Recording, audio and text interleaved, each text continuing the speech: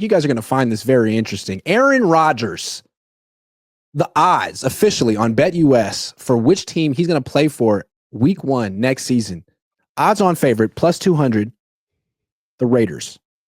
But at plus 300, we have the Steelers and the San Francisco 49ers.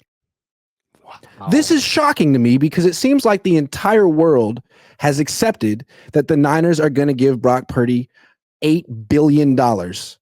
But here we are on BetUS, and the Niners are among the betting favorites to land Aaron Rodgers. How do you explain that? Well, first of all, if we bet on this, will it show us what other people have bet? Like, for example, that first question, Aaron Rodgers to retire before the regular season, yes or no?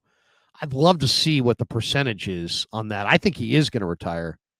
Well, he's minus 140. Yes. So it's favored. So it's favored. Yes. Yeah, it's favored that he's going to retire. Yeah. So if he's even in the NFL at all, these are the teams he might play for. Right.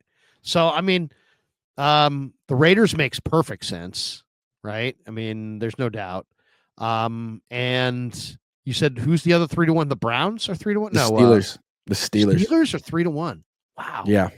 Which, what? I guess that a statement that Russell could be leaving. He's been pretty bad the last month and a half. He has. Yeah. But older than Rodgers. The fact that the Niners are the second choice and they have 24-year-old Brock Purdy, and this is a betting thing. So it's like this is actual money. People are putting their money where they're, there's actual people that have sources and that kind of thing. It does make you wonder. I'm putting $25 in the Niners right now, Larry. Well, what if Brock says to them, $60 million? Then what? Right. And Rodgers is like, hey, I'll do it for 35. And the Niners are like, geez, Brock, we love you, man, but I don't know what to tell you. Even if the Niners take care of Purdy and pay him and they come to an agreement, in my world, they ought to keep challenging him and also keep looking for a future Hall of Famer, because the bottom line is there's been the last 30 years, almost exclusively the quarterbacks who have won the Super Bowl have been Hall of Famers. Now, Flacco wasn't and Foles wasn't. And, there's a couple exceptions, but do you want to have the exception or do you want to have the rule? And so I'm all about winning the Super Bowl. I want to see them win it with Brock, but you know what?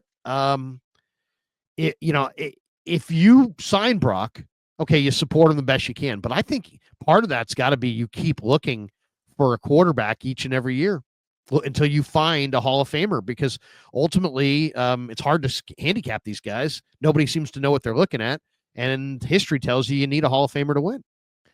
Any team that signs Aaron Rodgers in 2025, in my opinion, needs to have a top 5, top 3 offensive line. Has to. Yeah, you can't move at all. I don't think the Niners are even close. So that would be a waste of time. He'd get hurt. Yeah. The Niners have to upgrade the offensive line no matter what. I don't think I don't think Rodgers is good anymore. Can't move. I don't know. He doesn't move. He can spin it, as they say, but he can't move. He seems like a guy, though, Grant, that doesn't hang in the pocket until he's not like this. We are winning this game no matter what. He doesn't have that. He's not taking hits. So if you put him behind a bad line and he doesn't run like Brock, he's just going to throw the ball away. He's going to throw the ball into the turf. So if you want to see a bunch of balls hurled into the turf because Jake Brendel can't block his man, then yeah, go sign Aaron Rodgers.